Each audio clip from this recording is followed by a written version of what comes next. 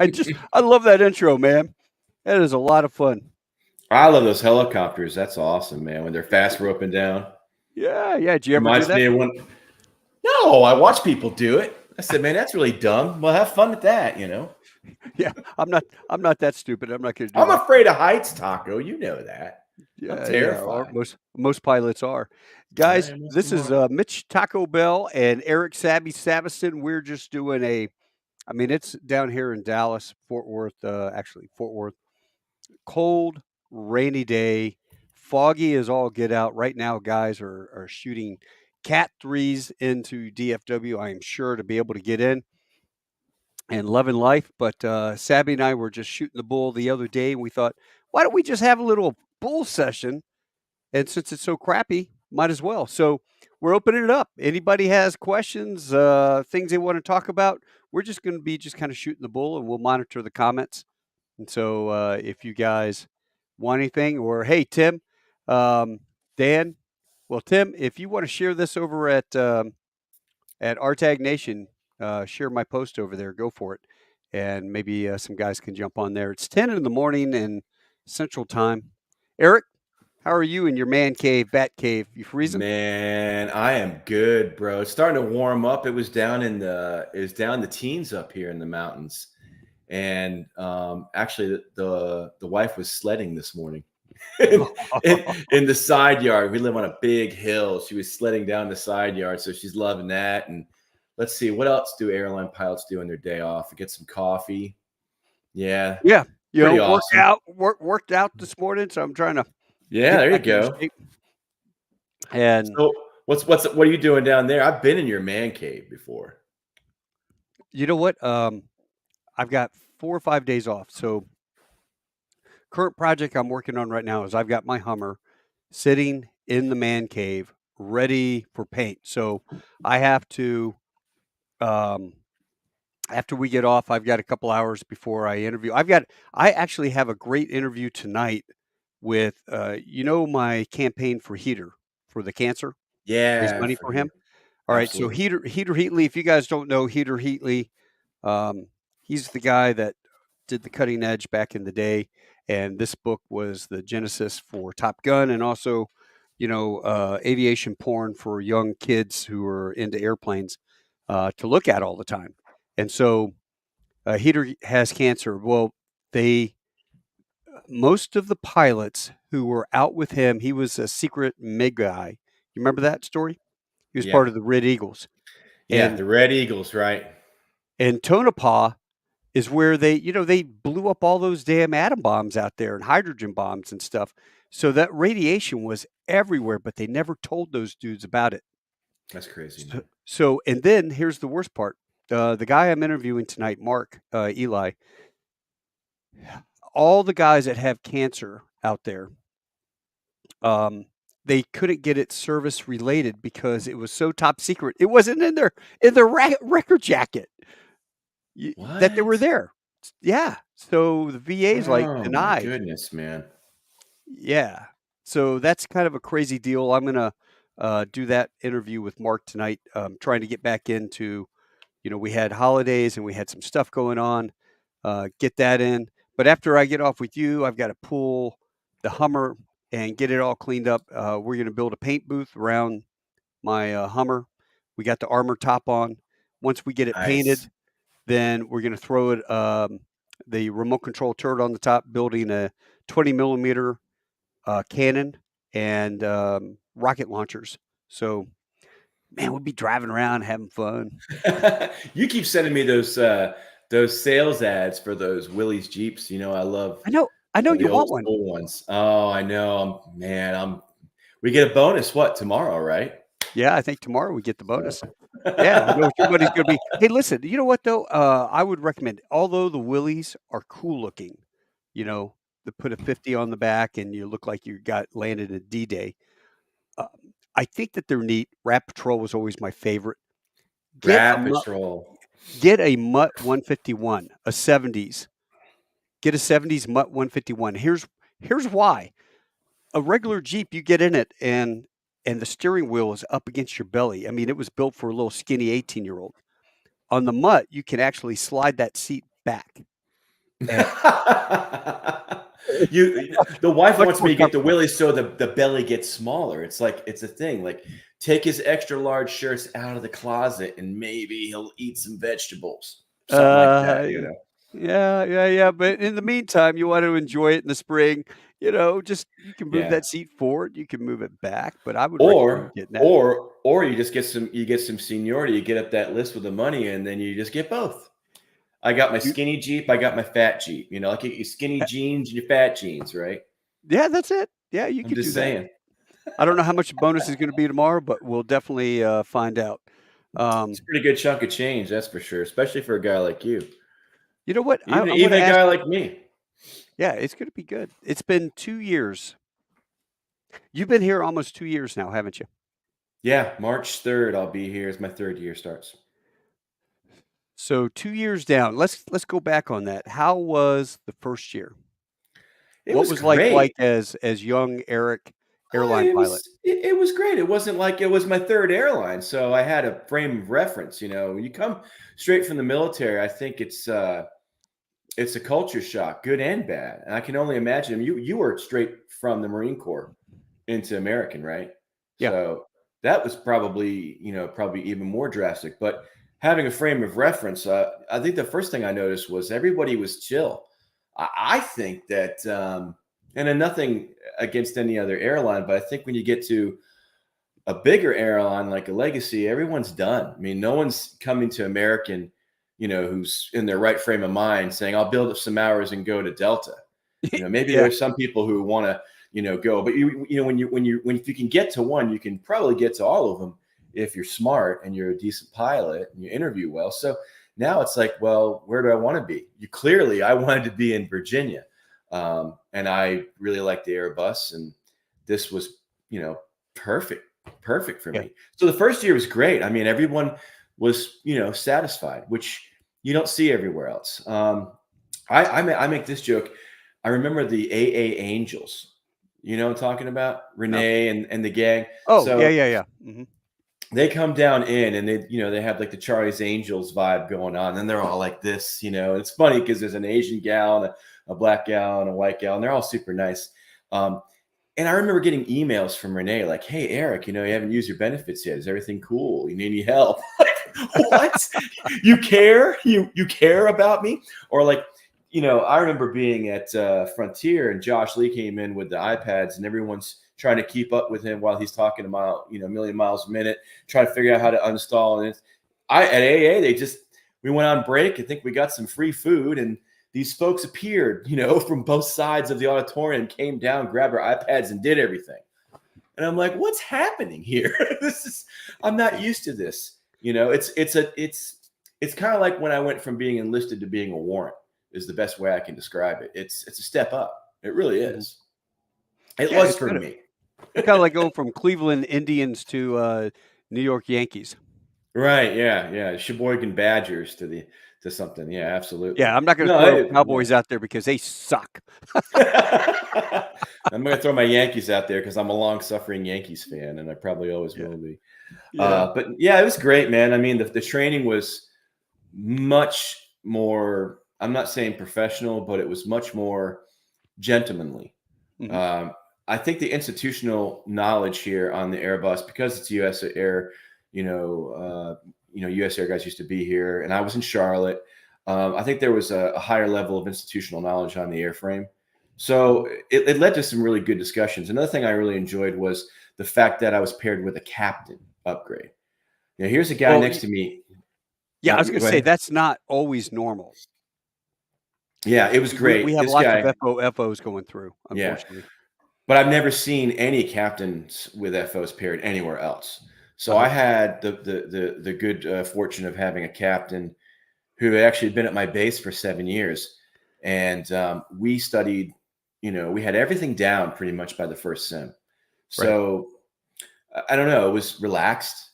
Yeah. IOE was great. The trips were great. I got to take IOE with captains at other bases. Like I got to go out with this guy, John, and his last name escapes me, but he's very senior here. He may even be retired now, but he was a very experienced Airbus instructor. I got to go out with a guy from Charlotte, so I got to see different places. And then being on the line, I mean, every airline has its 5%ers, right? Yeah, But it's really not like that here, for me at least. I mean, everybody's happy. Everybody's happy. Sure, we were in contract negotiations, and of course, those are over. And you should ask me how it is now. I mean, it's even better, yeah, But I was telling you a long time ago, coming here was a choice that was tough for me, and I made a lot of effort to research everything and sure. see, is America, like people would always say, oh, America's going to go bankrupt, which is just garbage. So you have got to go through and answer these questions for yourself. And my uncle, told me, and Yeah. he was Who was he with? retired.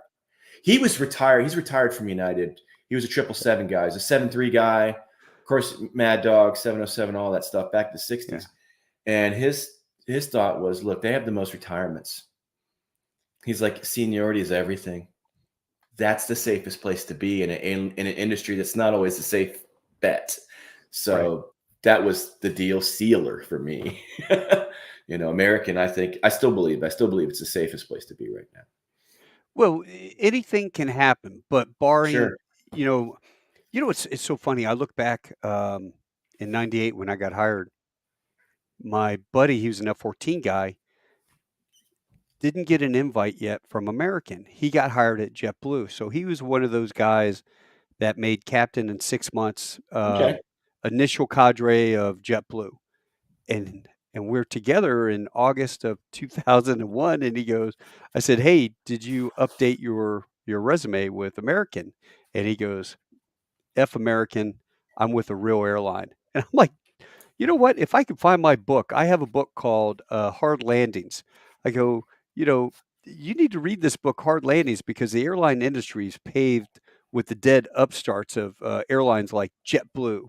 When the money runs out and Airbus isn't giving you free maintenance anymore, and you guys have to pay like the rest of us, man, things are going to change. And They are. surprisingly, then 9/11 happened, and I thought, well, maybe I better swallow my pride and send him an email, give him a call, see if I can get a recommendation. Maybe I can go over there if I get furloughed. But Yeah. Well, I think the but, funny story is you and the pizza guy, the pizza uh, delivery guy. I uh, share that one with people all the time, man. you That's know a tough one. that pizza thing is so damn true in terms of you live a life. And for those that don't know, when I got hired, a friend of mine, he's a brain surgeon, like literally a brain surgeon in Kansas City. Had a beautiful A36, and I could be a safety pilot or whatever. But Mm. his wife was good friends with my aunt. They had moved out from LA, and so I was always over there, and they had great German beer in the fridge. Well, I called him. I said, "Hey, I found out I just got hired by XYZ, and they go, "Well, come on over, celebrate." So I do. I go over, and pizza guy shows up, and this old man, "Hey, what are y'all celebrating? It looks like festive times." And she goes, "Oh, Mitch got hired by XYZ. He's gonna make all the big money, fly the big iron." And the guy goes, "Son, can I give you some advice?" And I go, "Yeah, sure." And he says, "Hey, man, are you married or single?" I go, "Well, as a matter of fact, I'm single. I just broke up with my crazy girlfriend of 2 months. I'm done dating." And he goes, "Good, stay single, never get married. If you get Oh, married, never get divorced. She'll take you for half. And that international flight attendant you start dating, she'll give you 5 years, cut you off the knees, take the other half. Never put your retirement in the company stock, live where you're based, save your money like the company's going out of business tomorrow." And I'm like, okay, now you have my undivided attention. Where's this advice coming from? He pulls his wallet out. And back then we had those, the pilot license was, it was like a addendums. Walgreens receipt. Yeah. Yeah, no, it was paper, and it would flip down, and you had all the addendums on it for all the ratings and airplanes you had. And this guy had this big long pilot's license. I'm like, "Whoa, DC-6, DC-7, flight engineer, 707." And I go, "Where's this advice coming from?" He goes, Captain Smuckatelli, Eastern Airlines went under in '89." Ooh, Eastern And Airlines, he goes, "Dude, I man. was too old to get a job with anybody else, and everybody was flooded. The market was with pilots. Pan Am and Eastern, and well, I flew sideways water wagons out of Miami for, I don't know, a year, 2 years, and then got into real estate. I lost it all in real estate, you know? And so anyway, he says, "Hey, that's my advice to you, son. Have a great career." I gave him a $20 tip and he left, and, you know, did I say never buy a captain's house, always have a modest FO's house? That was the other thing he put in. Always buy an FO house. Always buy an FO A house. modest Absolutely. FO's house, never a Yeah. captain's house. But in Plan like your kids are gonna move out at some point because they will. Put them in bunk beds if you have Hey, to. man, I've got some army tents, man, we could put it in the backyard. Dad, we having Christmas at your house? Well, actually, I rented your room out to that friend of mine. Remember? You rented Yeah. my room? Oh, real genius. Fantastic. Yeah, I wanna come home. I want to come home. No, you can't do it, man. So Well, there's a that lot of people screaming this week. If you've seen it, I mean, the news is a lot of, you know, going on right now. People are wondering if there's going to be an industry. And I see a lot of vets, because you and I deal with a lot of vets trying to get into the industry, asking, is it over? Am I done for? What's going to happen? What do you think? alright, first of all, this is just my thoughts. If you were getting out and you're vying for one of these low-cost carriers, JetBlue, Spirit, Frontier, while they may be great companies, as evidenced by being around JetBlue for 25 years, um, you will get more performance bang for the buck if you go to a regional like SkyWest or Envoy or Piedmont or whatever. But first of all, I have to caveat that with if you want to fly for an airline, don't fly for their wholly owned because then you get sucked into the whole flow thing. But what I tell guys now is guys and girls that I talk to, go to a regional where you are going to fly 80, 90 hours a month. You'll upgrade within about a year. You'll Mhm. get PIC time now as a 121, and now they're flying the 175, right? Which is a mini Airbus, mini 737. So they get that PIC time. You get 500 hours, as Corey always says. Get 500 hours, you're doing pretty good. Get 1,000 hours, you can write your ticket anywhere, and that's only a year. Um, when you think about it, a year. So a year as an FO, get 1,000 hours, move over to the left seat, upgrade. Now, do I recommend, like I tell folks, do I recommend everybody upgrade right away? Some people probably shouldn't. Maybe they should have a couple years of experience in this realm, knowing, learning from the old white hair guys or gals, and get some experience under their belt. But the other thing I tell them is you got to get that experience. But if you upgrade and you're now a 121 captain, that Mhm. translates to any major carrier, cargo guy, any carrier out there. But I see people doing the professional FO thing. I go from 1,500 hours fixed wing time, maybe I was a CFI, to boom, I'm an FO at Envoy. Boom, I'm an FO at Spirit. Boom, I'm an FO at JetBlue, and kind of working your way up the different airlines to ultimately reach your goal.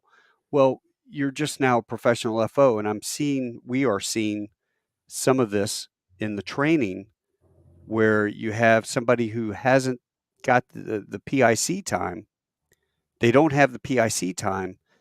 And when I say PIC time, I don't mean you're flying Bubba in a 152 doing flight lessons. I mean like military guys and gals. They're out there getting shot at, or they're doing just insane stuff with their helicopters or fixed wing. And then they come over, that's a different story. They've got PIC time where they're, dealing with the fuel issues, the maintenance issues, the crew issues, the whole, you know, kit and caboodle, right? Um, and if you've never had that experience, I'm sure people that have met me at the conventions and whatnot, the first question I ask them is, "What plane are you on?" And then they'll say something. I'll go, "So when does the low fuel light come on? Master caution, low fuel. How much gas do you have? How many pounds of fuel do you have?" And they're like, Uh, I don't know. And I go, That used to don't be a question at regionals. I had a couple 3 regional interviews, and I got asked at least by one of them emergency procedures for my helicopter at the yeah. time. And Yeah. they asked about the fuel load. Oh, yeah. I think it was main transmission failure. They had Oh, downloaded it, and it was like a paragraph, and I knew it. But I was also flying in the military at the time and an instructor, so I had to know it. But yeah, that's a good right. point. Do you think that as the military winds down, the operational tempo kind of craters out, from what I'm hearing from my friends on the fixed wing and helicopter side and active duty, as that level of experience is depleted? Do we have folks coming out who perhaps are a PIC aircraft commander at a lower time who don't have the commensurate amount of experience, even as an aircraft commander Yeah, no, in a military background? yeah, I think they need to, hang out and be an FO, get the uh, I my experience is different than yours. I mean, I spent 16 years as an FO only Right, because of 9/11, bankruptcy, age 65 stagnated everybody's career expectations. right. So, what I'm seeing, my experience level, is different than, say, the guy that I just flew with the other day, who has been here all of 2 years and now, upgraded to captain. Now this particular captain I had just literally a couple days ago, um, and the FO I just finished and signed off yesterday, outstanding. Former Czech airman at their airlines, really, really on top of it, not hanging on the tail. They were way ahead of the radome and proactive and really embracing it. Um, those guys, they spent their time as an FO, then they moved up, then they got the experience as an instructor and whatnot. I have no issues with that. Now, for the military guy that comes in, say, has 400 hours, just upgrades to what do you call a hack? So Mhm. he's a hack, and We call it PC in the Army. Yeah, PC. PC hack. Yeah. So now they're PC or hack, and they get on with SkyWest. You know, um, spend a good year and a half as an FO. Build a little seniority for yourself before you make the jump over to the left seat. As they told us, just because you can upgrade doesn't always mean you Mean you should. should. My uncle spent 25 years as an FO, and that was normal. Yeah. And then he upgraded to captain. Of course, he was like you, as a plumber. He's on the panel as an engineer. Then he got to be an FO, and eventually, after many, many setbacks and black swan events, he got to be a 20. Now, I'm not saying that that's what people need to do, but I agree with you. I'll throw out this from John DeFranco, who's an American FO, has been one forever. Mhm. He's one of the original app tap dudes. So when our tech started, they very graciously took me under their wing and saw a very angry young man and said, "We're going to make him an effective angry young man," and told me, how to, basically how to do this the right way, how to really make this more than just a complaint section. Um, and John said, "Hey, look, Erik, I'm going to give you the 4 stages to a successful airline career." He's like, and I said, "Well, what's success mean?" He goes, "You'll know at your retirement party." He said, "But here," he said, "here's step 1: fly as much as you can, as fast as you can until you get your ATP," which I was doing. Step 2: fly as much as you can, as fast as you can until you upgrade at your regional, which, as we've seen at least last year, you didn't have to do. You could go FO to FO. Step 3: fly as much as you can, as fast as you can until you're flying for any major. And then he said, step 4: fly as much as you can, as fast as you can until you're flying for an airline that doesn't have a website or a phone number printed on the side of the fuselage. but but for those folks that perhaps are going to these rotor transition programs, like JetBlue has one, Frontier has one, Sun Country, Allegiant, Breeze and Avello have unofficial rotorcraft pathways. If they're going out and they're getting typed, they're going to a major first thing. what do you think about those folks? Because you probably have seen quite a few of those folks who have skipped the regional experience like you and I did. Well, you didn't do it. You're a military fixed wing, but I did it for most of the guys who've done some regional time. I mean, what do you see a difference in those folks that are going pure ULCC to American or Legacy, and those folks who are having a little regional time? The thing that regional versus LLC, it's the same. It's the same. You're flying a jet with passengers on it, right? So so if you get your experience sitting in the right seat forever at Spirit, and then you finally upgrade, and then you move on, it just the upgrade portion is going to take a lot longer at a LLC because now you're sort of quasi in a big league. You know, you've got a lot of Right, pilots. right. You have a lot of pilots, and a lot of them are young, so they're not retiring like the old guys here with me. We're doing, and you were talking about, do I see anything happening? No. You know what? Um, the airline would probably, and I never say never, but at 800 pilots a year for retirements, Can you believe that? That's it, crazy, man. there's no way that you can sit there and go like COVID. Those guys go, oh, I got furloughed COVID. No, you did not. You got a paycheck and you got paid and you came in, you did your training. You really didn't get furloughed. You didn't experience the 10 years or 12 years like my buddy did, Yeah. finishing up his military career and then coming back, getting recalled after 12 years or whatever after 9/11. That was furlough. The little bit of time that you did as a Yeah. COVID furlough Going and doesn't, working as a mailman or doing something else, it's still getting getting the a paycheck. It's completely still getting different paid. job. Yeah, Yeah, yeah, it's a absolutely. different story. So, what were we even talking about? What was I on? No, I was just saying, you have seen probably. I mean, I know a guy who had 7 FAA check ride failures, a civilian guy who had an interview at his 1,500 hour mark at an ultra low cost carrier. It wasn't a guy I helped. It was a friend of mine was telling me about him, but I'm like, really? He's like, yeah, he's probably going to get hired, And that'll be a training issue down the road. perhaps. So, personally, So, I'm at. I could upgrade already. I could oh, I on the know. 7.3 and the Airbus. I'm kind of enjoying not being the boss right now for now, and getting to know all the different techniques, because you still see techniques. I mean, I have to say another thing I like about America. We're extremely standardized, and I think all the airlines do a pretty good job. Um, This day and but age, you my have to be. Yeah, but I know a guy that we both know. I won't say his name, but he said when you can no longer stand captains telling you techniques and you get frustrated with everything, he's like, it's time to start thinking about maybe upgrading. And I said, I'm just not frustrated with my captains yet, but maybe someday I will be. I don't know. But it's a pretty good spot to be in right now. You were an FO on the wide body too. What made I you did. come back? What made you come back to the 7.3? Don't ask me, ask the captain, right? I was Yeah. I was a I was a professional FO. I mean, at the 16-year mark, 2014 was when I could upgrade to captain on the 737.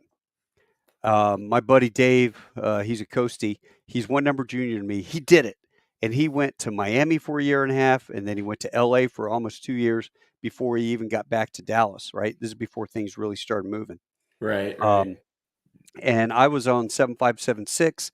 I got my bid to the 777. I did a year on the triple, and I got the advanced forecast vacancy for the 787. So I went jump 787, the best airplane ever built, bar none. I mean, I love that airplane. Pressurization's 4,000 feet, Oof. electric packs. It has a humidifier in it. You fly 15 hours over to China. You feel great. You're like, woohoo, rock and roll, let's go. And it's an awesome airplane. Now, here was my mistake. I had schedules called me up and said, hey, First Officer Bell, we need to ferry a 7-8 from Dallas to Chicago and then ferry another empty one back. And I go, kind of cool. So I called my wife and I said, hey, do you want to go fly with me up to Chicago and back? And she's like, just like, fly to Oh, Chicago and man. back? No. She goes, I got too much crap I have to do. I have to pick up, the kids and I have to do this and this and this and get dinner made. And I don't have enough time. I go, all right. So I called my mom and dad. I go, hey, do you guys want to go fly with me up to Chicago and back? And they're like, why would we do that? I said, because it's an empty airplane. You could sit up in the flight deck because it's Part 91. And Mm, so I took my mom right. and dad on an empty airplane up to Chicago and back, and had to run it up, get the release, approved. Um, yeah, they actually, my mom sat in first class and enjoyed the movie and just being by herself in first class. She thought that was the greatest thing. And my dad goes, "Son, this is really cool to see what you actually do now." And he was 80 at the time. And he goes, "But one day I'd like to fly with my son, the four-striper captain, before I die." And I'm like, oh. And that really resonated in my head. I went home that night and I talked to my wife and I thought about it. And then I called my buddy Dave up and I go, "Hey man, what do you think about how's the flying been for you as a captain in Dallas?" He goes, "Oh man, it's great. I'm getting these really good trips and blah blah blah." Wait a minute, why are you calling me? I said, "Hey man, I'm, I'm putting my bid in You for were getting captain." these really good trips. Yeah, yeah. I'm bumping you down one number Which again. trips in particular do you like to bid for? And how much money do you have in your 401k that you can liquidate? Because I got a feeling you're going to Sheboygan. Very big Yeah, in Sheboygan. you're Very going big in down. Sheboygan. You're going down one more number, buddy. And for everybody out there that doesn't realize it, you've got a couple different issues when you talk about seniority. You have company-wide seniority. So my number in the company is, I don't know, 3,200, say, out of what we have 15,000 pilots. So I'm 3,200 out of 15 or 16,000. I don't even know what we have this week. But within your airplane that you fly, so flying the 737, that seniority is pretty good. You're a big fish in a small pond.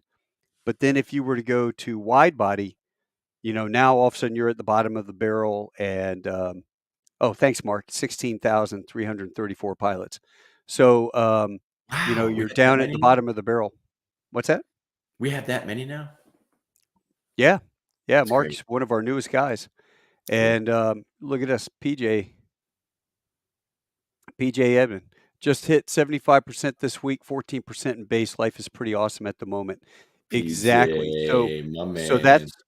that's the deal. You're I remember as a new hire on the 727 as a flight engineer, I only put in three, count them, bids a month, and I got my number one choice. So then I moved to the F-100, which is a glass airplane. Yeah. Yeah. And that was Fokker 100 was a Barbie jet. That was a really cool jet. But I flew with the number one captain at DFW and the number one FO. And I was talking to the FO, Larry Kazaza, who actually lived right down the street from me. And we commuted together for a month. It was crazy doing Cancun turns. And I go, "Larry, your seniority, you could be a F-100 captain, right?" He goes, "Oh, Taco, two things you got to learn: quality of life or chasing money, right? Chase the big airplane, you make money, but your quality of life sucks.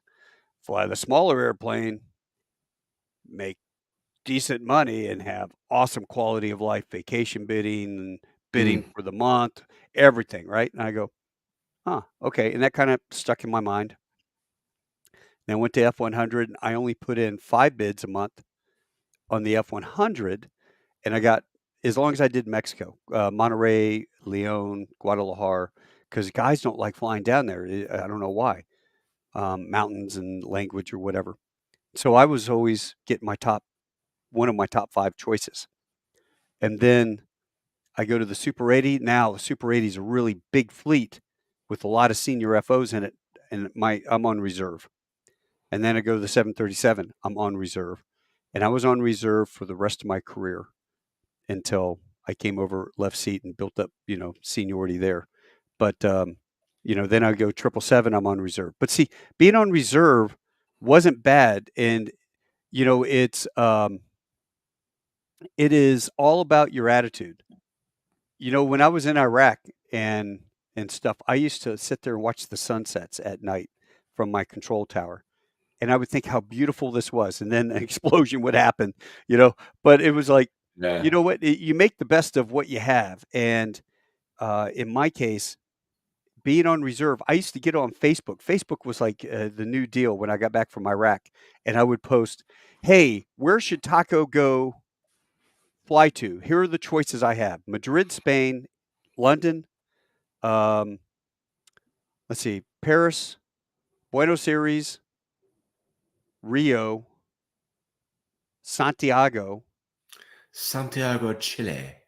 yeah, or Lima, Peru, or Hawaii, or whatever." I mean, I would have like 9 choices, and as the way the bid system worked on reserve, based off how many hours you had or whatever, you could bid for different things, and I usually got whatever I wanted. So somebody'd say, you know, people would put in the comments, "Go to London, go to London, go to London, go to London," and then my Brit friends would be like, "Yes, mate, yes, come over to London, right? Brilliant, yes, we'll go to Churchill Arms, right?" And and so I would bid for whatever most popular it was, and then I would fly there, and then I would take pictures, or if you recommended I go to Hawaii and you won, I would drink a beer with your name on the napkin, take a picture of it, and post it on Facebook. But it's just it was exciting because I never knew if you were a bottom line holder. I guess is what I'm saying. If you were a bottom line holder, you got stuck with the all nighters to San Fran, right? And it sucked. You'd leave at 9 at night, you get back at 5 in the morning, you do that 3 days in a row. I'm not Yeah. an all nighter guy. If I go all night, I want to be somewhere and drink beer when I get done. But if you're on reserve, you never know where you're going to go.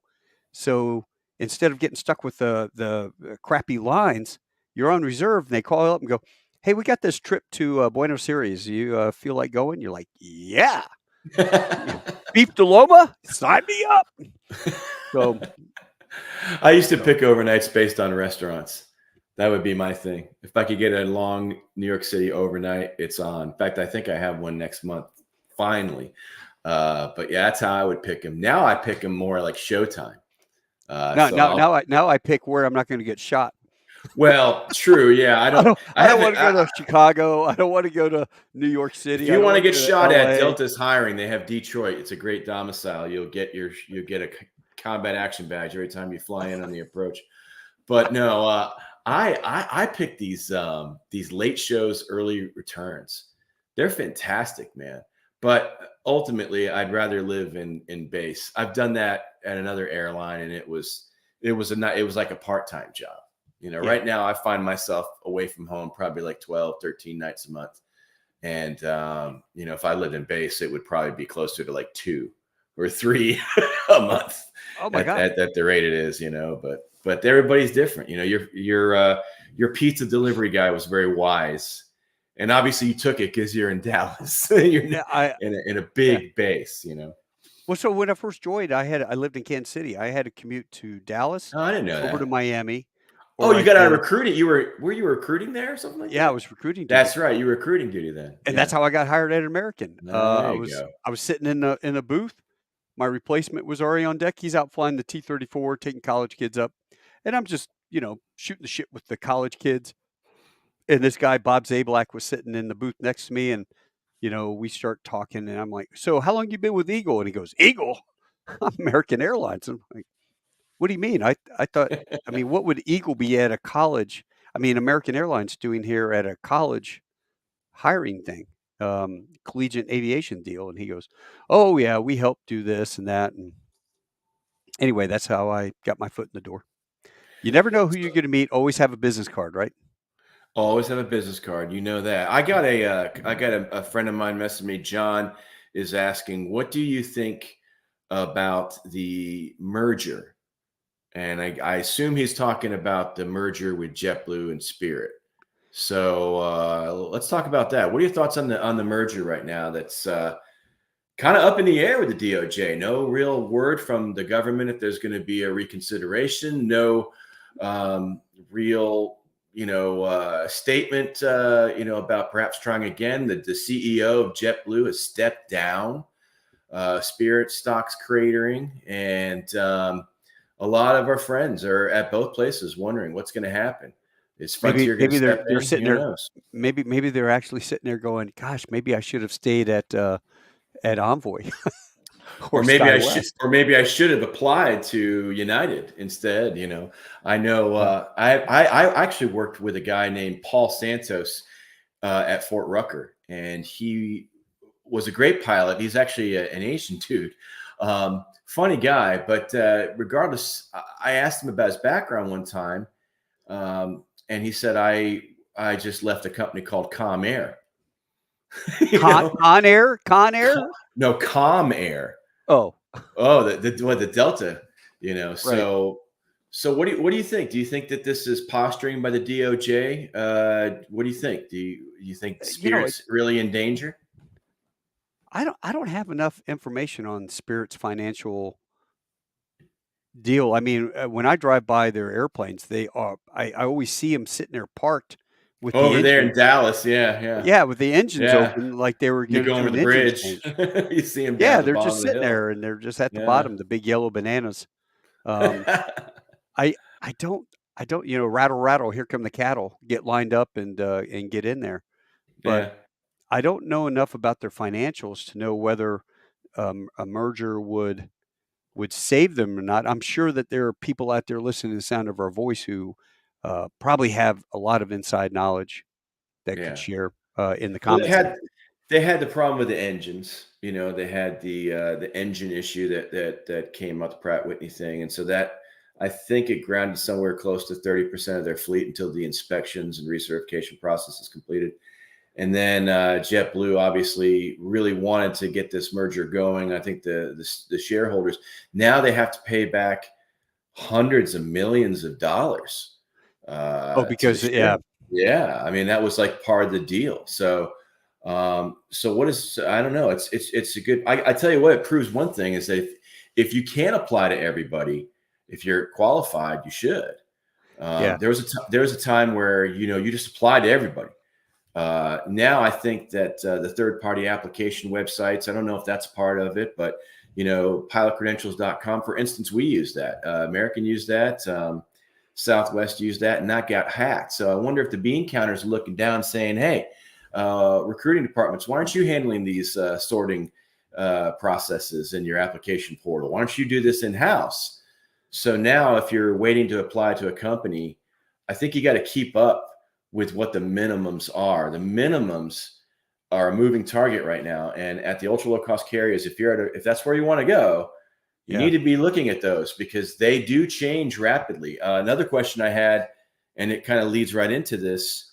Um, Travis Shute says Spirit's back up over 40% since it dropped, so that's good. yep, Doug Mitchell says JetBlue owes Spirit 470 million yeah. I right just now. put That's that a up. huge Yeah, number. Yeah, it's a big chunk of but change. that is a big chunk. That's a big chunk of change. But what was I saying? Oh yeah, for the applications, if you can get those apps in now, you probably need to not wait till you feel qualified.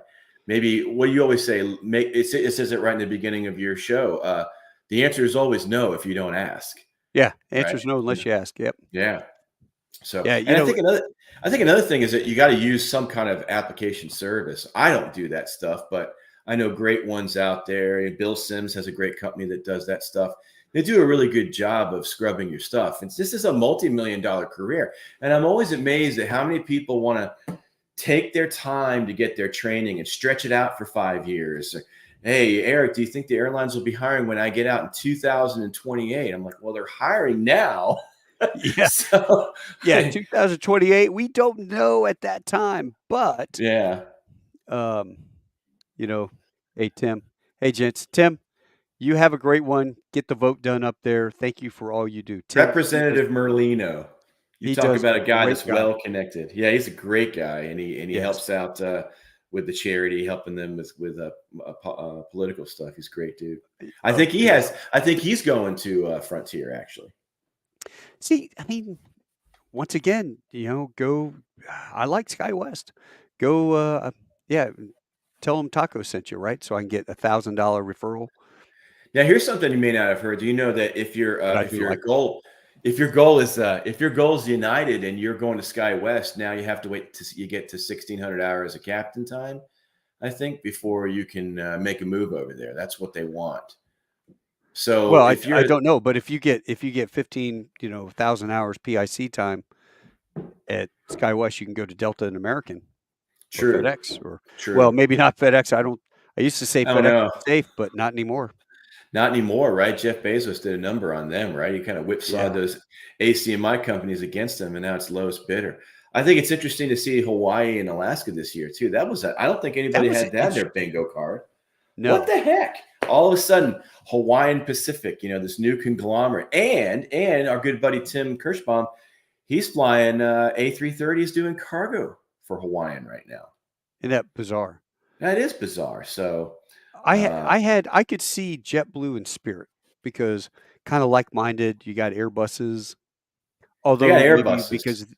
because the engines Yeah, are different, it might cause some issues maintenance-wise, quadruple the expenditures on parts and whatnot. And that was always a absolutely. problem with the big major airlines. You had the 727, you had the Super 80, you had the F-100, you had the MD-11, DC-10, 777, 7576. You had 7 or 8 fleets and all those parts and mechanics that only specialize on, that engine or the engine rebuild shops that we had or the, the training with the sims and all that stuff. That was very difficult, um, cost-wise.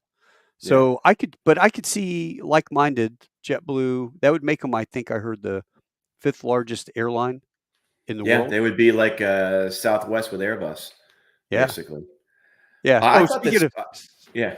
I'm sorry, speaking of Southwest, yesterday I was flying in San Antonio, and we're coming down. We're at 4,000 feet, and we're kind of on downwind, and the guy, 2 Southwest jets coming in, and the guy goes, "Hey, what's your speed?" Or she says, "What's your speed?" And he goes, "We're doing whatever." And she goes, "Hey, you're really eating up the guy in front of you. You need to slow down."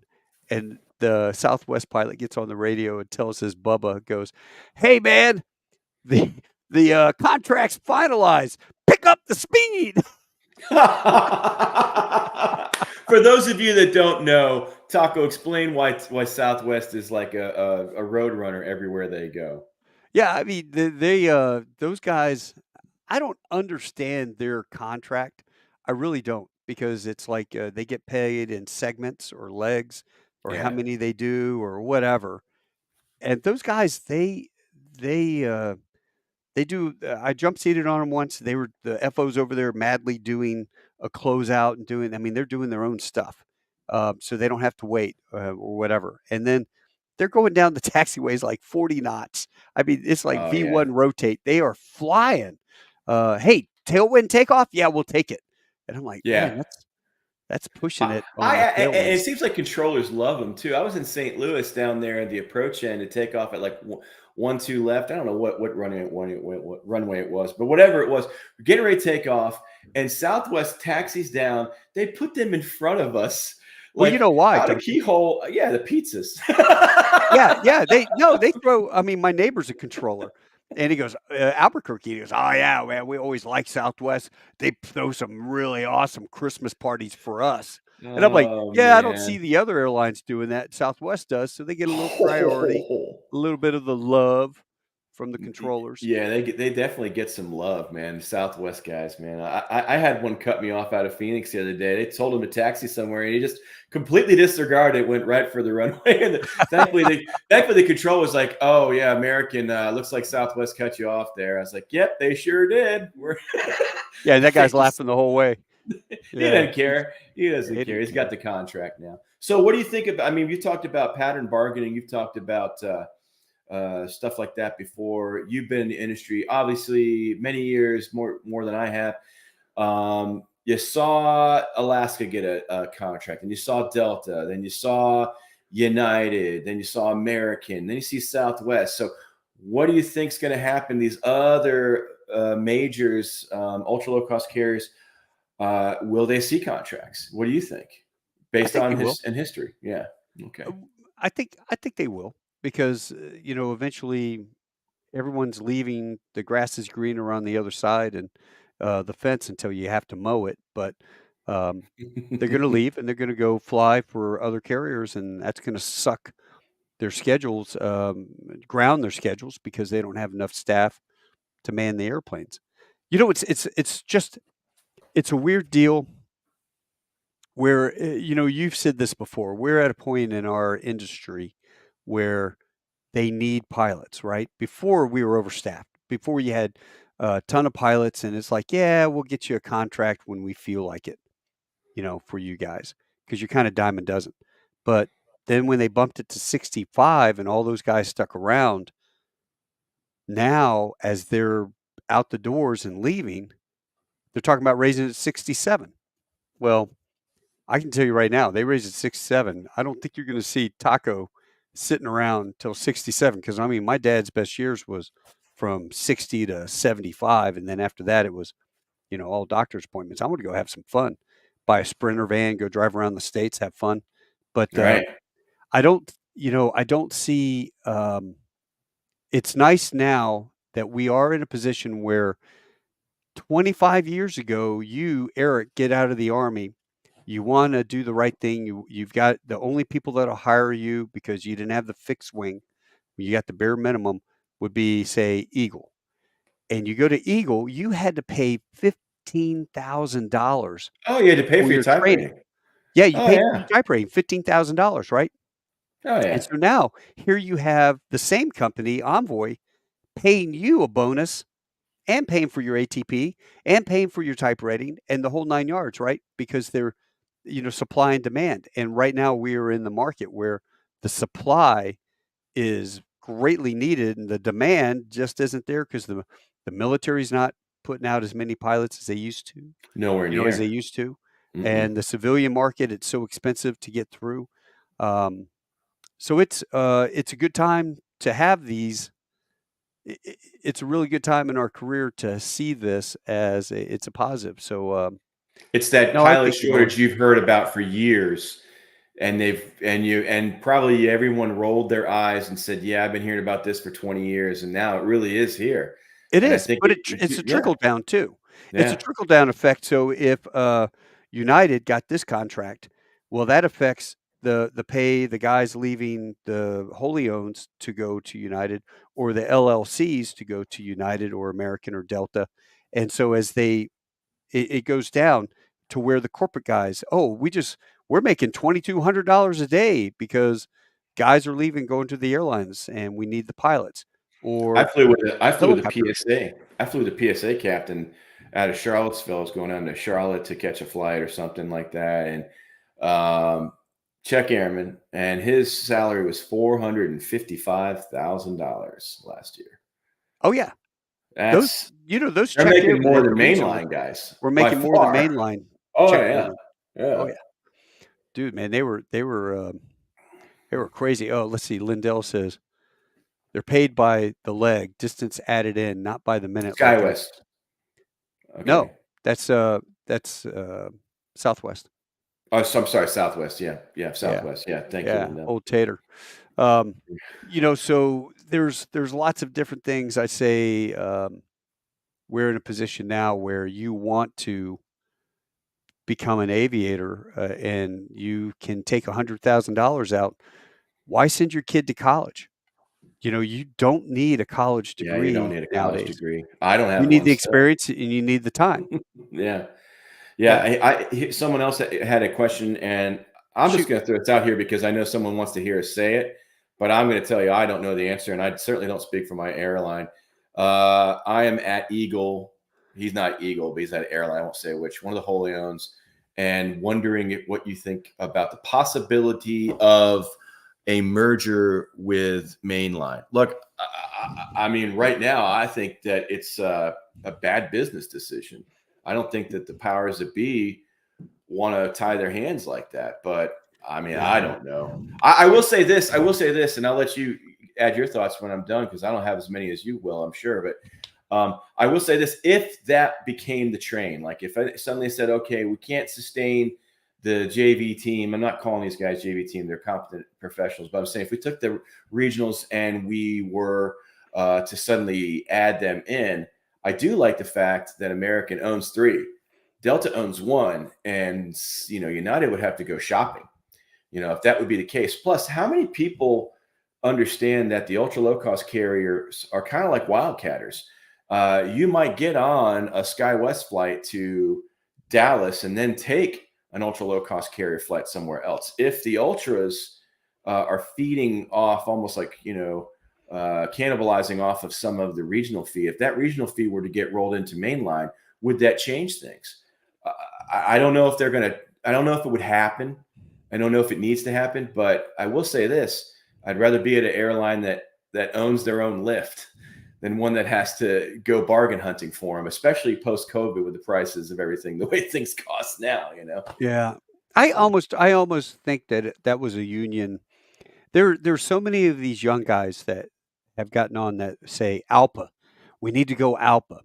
And for years, people would say, because American has its own Allied Pilots Association, their own independent union, and it's been that way. And there's only 2 union aviation unions. It's APA and ALPA, right? it's SWAPA, yeah, Oh, and SWAPA. yeah, Sorry. yeah, Yep. yeah. So yeah, I forgot about. Sorry Well, I about guess that. technically you have Teamsters too, at Yeah, Legion, yeah, a they do couple have of some places. Teamsters, right? Yeah, So but there's for a couple the different. line shares Alpha, Alpha, Alpha, Alpha. Yeah, Alpha everywhere. Alpha covers everything. The majors, the regionals, and everybody thinks that they're the best thing since sliced bread.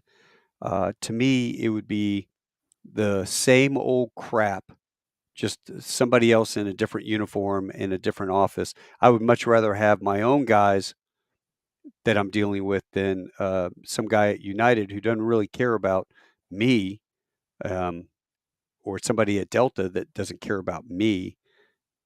And they come to a vote and they say, you know what, we'll try to help these guys a little bit, or we'll put a little bit of money over for that. Um, so a lot of the young guys that are coming from these regionals are really pushing for ALPA. And I think in our case, APA came back and said, we're exploring the possibility of doing a merger with these folks, right? Yeah, Well, yeah. Who you knows? don't, you know, having been on the receiving end of, the fist of love, we did the Reno merger where we flat out bought Reno and stapled every one of those pilots to the bottom of the seniority list, and that was right behind me, so I benefited from that. They were the only ones to do that. Then you go into the next one was TWA, and TWA, it, they got stacked 1 for 7 or how there was a formula that they all agreed to, and so then I've got my book where it shows my seniority from here to here, back up here, and So the then APA didn't really protect the pilots on property from merged no, and they forced to tried staple. no, they tried to make a fair and equitable, because mergers never leave anybody happy. I mean, if you talk to True. a TWA person, they always will tell you uh, they got screwed. Not that the lights were out next Oh week. yeah, go No, to they got Phoenix screwed. and take a flight with a guy. I took one with a guy who was the whole way across the country. He was I hate USA. I hate guys from the East Coast. Oh man, Yeah, and then yeah, you have US Air and America America West, West. Yeah, and the it's visceral. it There's a is. You hatred. don't know it. Yeah. There's a Uh, hatred there. Like you had to have somebody watch your kit bag, or somebody would take a dump in it, or take a so piss in it, or something stupid. And so here's the question, I guess, is that a lot of folks are saying, okay, well, if we stay with APA because they will keep the wholly owns from going in above mainline pilots. And if you go to Alpa, they'll have Alpa merger rules, and you'll have senior Eagle captains bumping out wide body guys and all this stuff. And I don't know whether that's the case or not. But what are your thoughts about that? they would have to have a fence.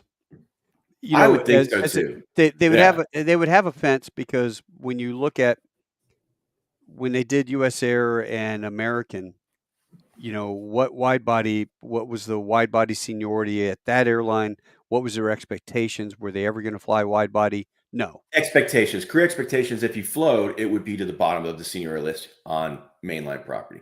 Right. So that's fair, So, right? so I don't really see a because then they would have to come up.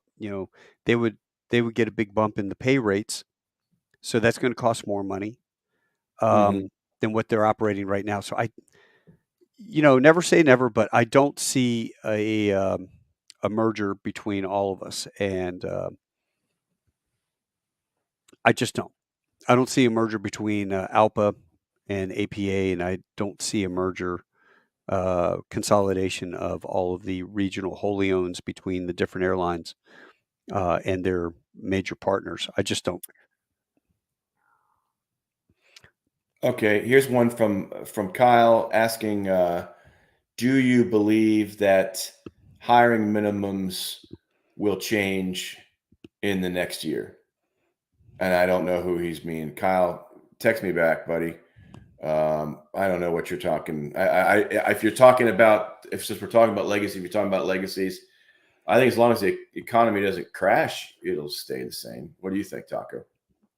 Yeah. Hey, Doug, good seeing you. After the Buffalo crash, they raised it to 1,500 hours. It used to be, it was almost OJT. You get a couple hundred hours, you could get hired by a regional, and then you would stay there for 5,000. You would get 5,000 hours of experience before you could move over to any major airline. So there was a lot of experience. Those pilots came over with overwhelming amount of Oh, okay. 121 experience, and I'd take them any day and twice on Sunday. Right. So no, I don't. As much as I would like to see that, I'd like to see the minimums come back a little bit because it is so hard to get that 1,500 hour, that magic number. So it's kind of like you, Eric, when we were walking around Dallas and at the Hilo deal 7 years ago, and the guy was telling you, "Well, our EMS guys, you don't have enough hours." I mean, how many hours did you have at that point? Probably about 2,000. 2,000 hours, combat time, DFC, night vision goggles, the whole nine I yards. was one of Me, thousands in there like that too, though. They had no other options. yeah, but they, Until you they were took me like, to "Yeah, you Eagle got to to have the it." Envoy table, and then there was like options. But then Envoy was paying 30 grand. I'm like, well, that's even less than EMS. So it was tough. But Well, yeah, so now with the pilot shortage and the helicopters having an option, helicopter pilots not to do EMS or offshore oil rigs, they've had to see the trickle down. They've had to yeah, raise their prices and their wages, so it's helped them.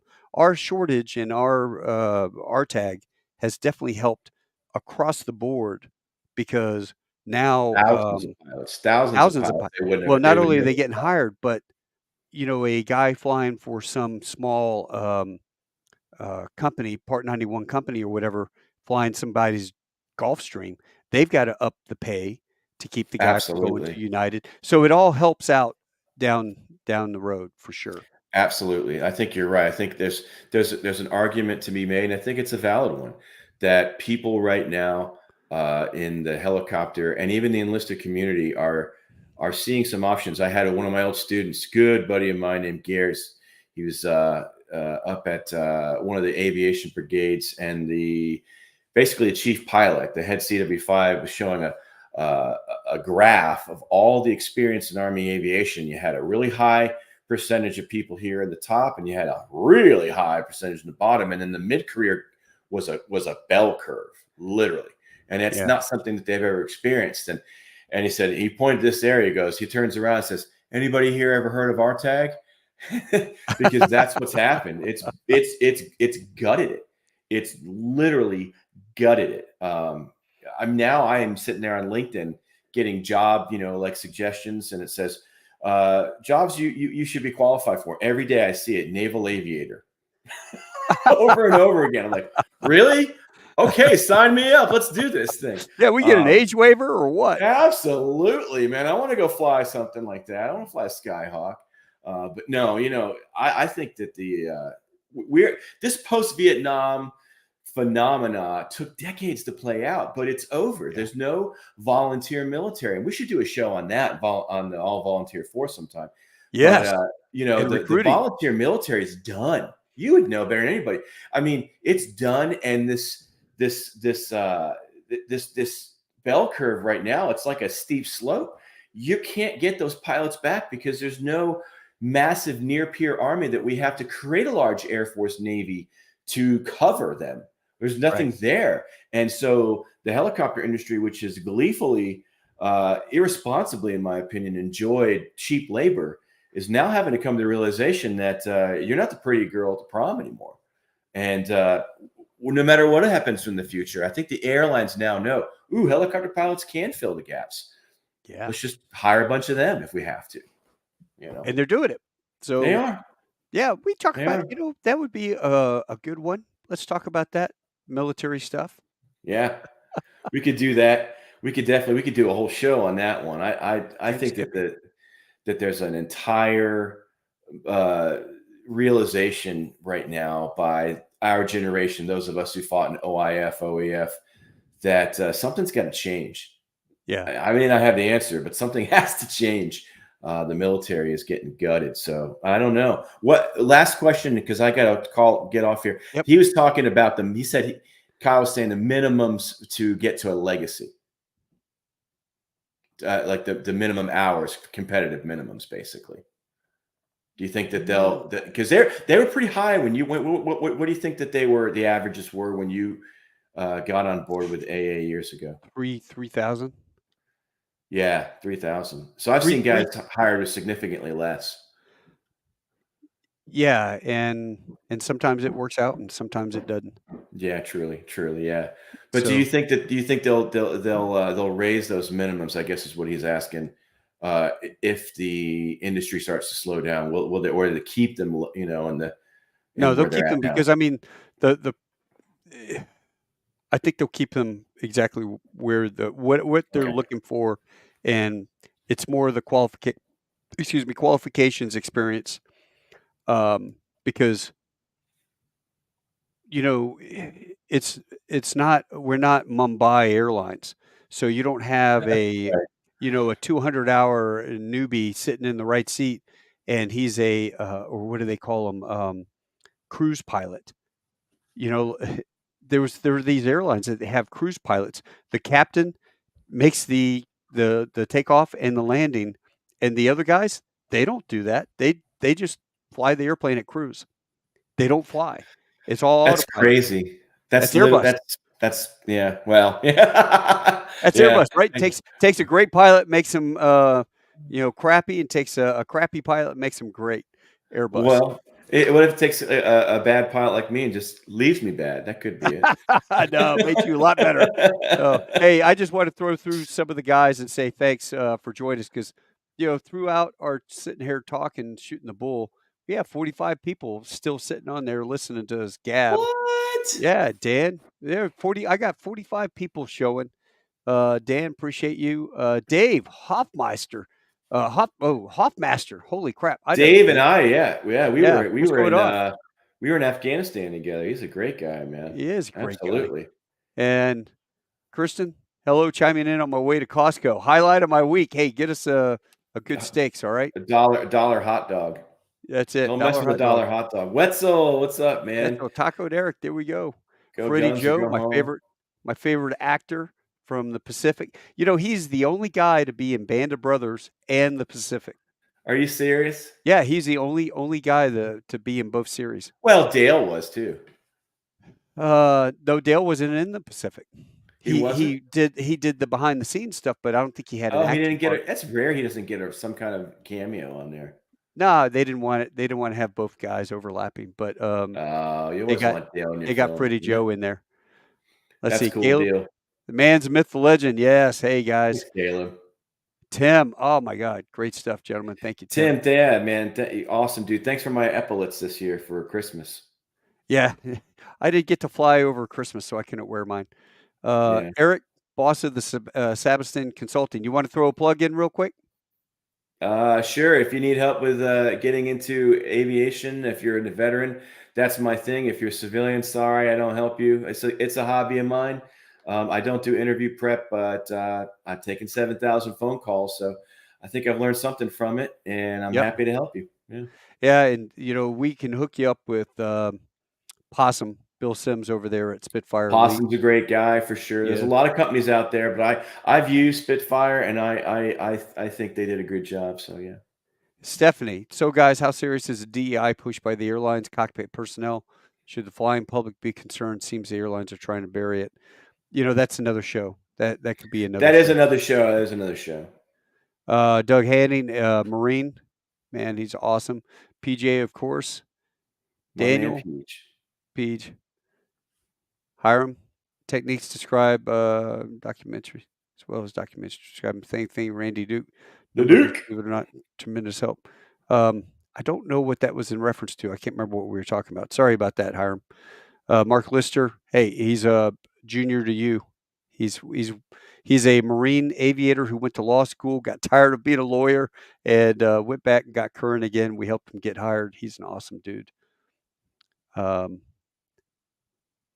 Actually, no, I take that back. He was flying on the side, doing some really cool stuff. Anyway, that was somebody else I was thinking about. Yeah, Um, Gary is an Air Force mechanic, and is he? really a big help with the E2A stuff in our tech. Justin Yep. Leach. Justin, hey dudes, PJ, hey, there we go. That's 25 months on property. Oh, hey, look at Timmy. Timmy. Timmy, see you at DFW 1 February. All right. Timmy. Awesome. 15,999 with 5 months on property. Good job, buddy.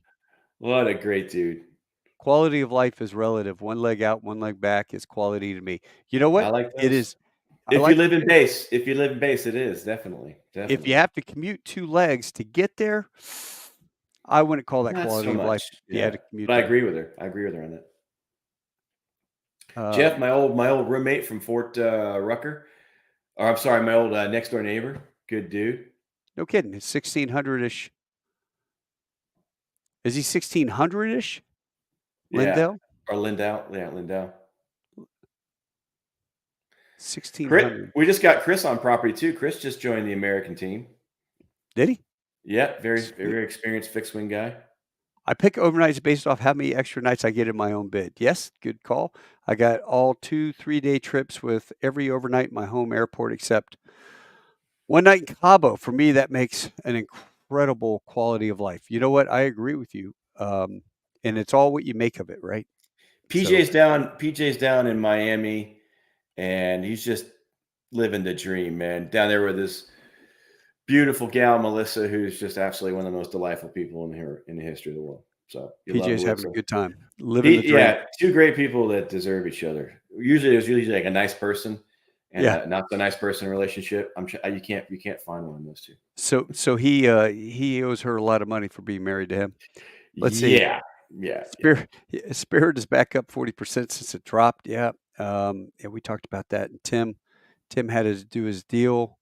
This is Dan Hill. Here we go. Thanks, guys. Loving your input. Man, Love I the love this stuff. Lakota. This Love is it. good. Yeah.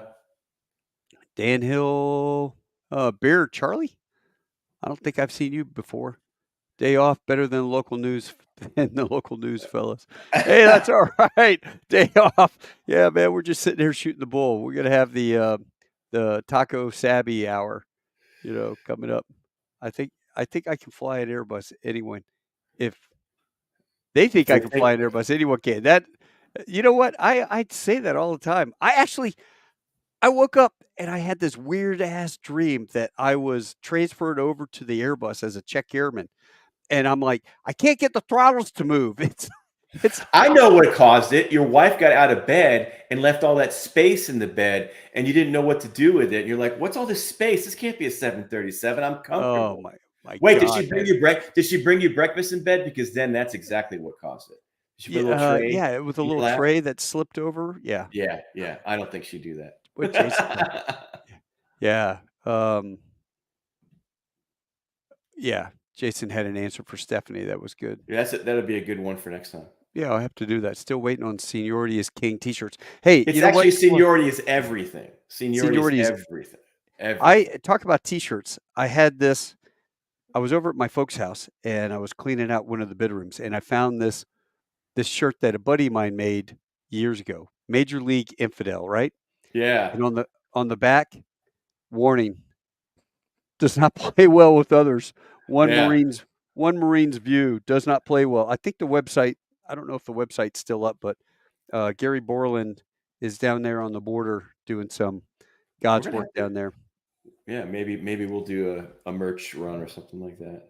Yeah, have to Give do give some it to stuff. give it to give it to charity. Put Well, it to I tell this. you what, I know you got to get going, brother, and this has been a blast. So let's do this again. We'll have the Let's Savvy do it Hour. again. Let's do it again. I'd love All to. right.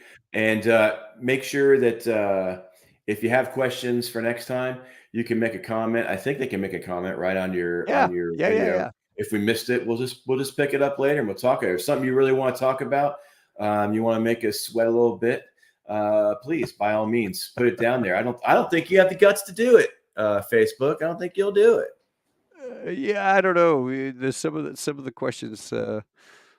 We could tell some stories might get us in trouble. But Or anyway, we could delete that too. There'll be no, verifiable proof, plausible deniability at all times. we'll have to see. OPSEC. I love it. All right, brother. Well, listen, man, you have a good one and you give You Tess a hug. too. I'll All see ya. right, man. Take Hoorah. care. Later. Bye. Hey, folks, thanks for hanging out with us. We certainly do appreciate you. And we'll do another deal with Erik here in the very near future. Until then, you guys have a good one. We'll talk to you later. Enjoy the rain and fog. Be very careful out there. If you guys are in the middle, in between legs, you guys be careful and have safe trips. It's kind of funny. Like yesterday, flew to San Jose to Dallas. The only two places that that had rain in the whole country. And it was freezing cold out in San Jose. It was freezing cold in Dallas. It was like 34 degrees. We fly down to San Antonio. It was like 55. And then we fly back. It's 34. And I thought, man, maybe I should have shot Cat 2, get in here. But it was close. It was right at minimums for my FO. But anyway, it was a good time. You guys have a good one. We'll talk to you later.